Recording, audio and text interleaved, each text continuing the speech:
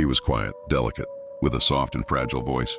An elderly man, dressed like someone from another era, but behind that tired look, there was something dark. This is not a story of brutality visible on the surface. It's the story of something that existed behind the eyes. Of a man whose calm demeanor masked a mind filled with madness. Albert Fish became one of the most disturbing figures in the history of criminal psychology, not because of what he did, but because of how he felt about it.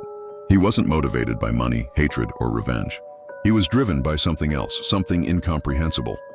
Today, we dive deep into the psyche of a man considered by many profilers to be a unique case, where psychosis and ritual mixed into something that words can't explain. Albert Fish was born in 1870 in Washington, D.C.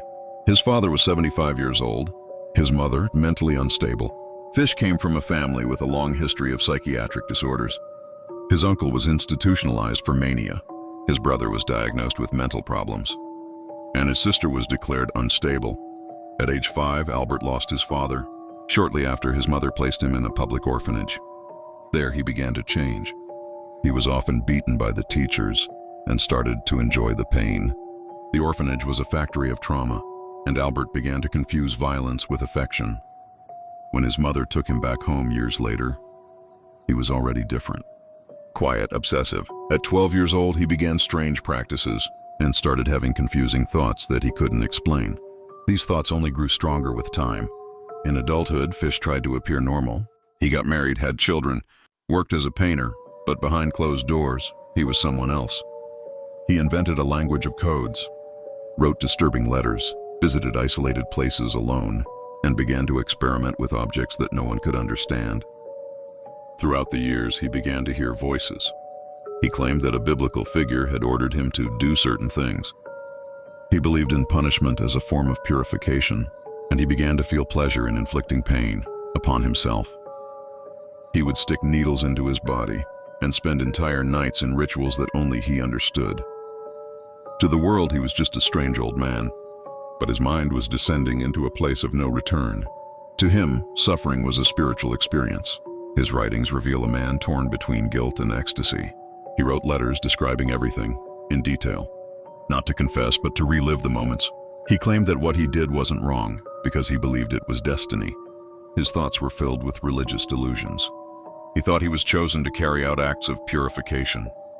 But profilers believe Fish had a rare condition, a mix of schizophrenia with deep paraphilias. He had no empathy, no sense of moral boundary, just an obsession with control, pain, and the idea of redemption through suffering. His victims were never seen as people, they were offerings. And that's what makes his case so disturbing. He wasn't a sadist in the common sense. He was a man who believed he was doing something divine, a delusion so profound that no one could reach him.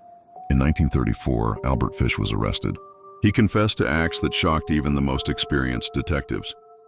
His case was taken to trial, and his mental state became the central point. Psychiatrists were divided. Some said he was insane. Others claimed he knew exactly what he was doing.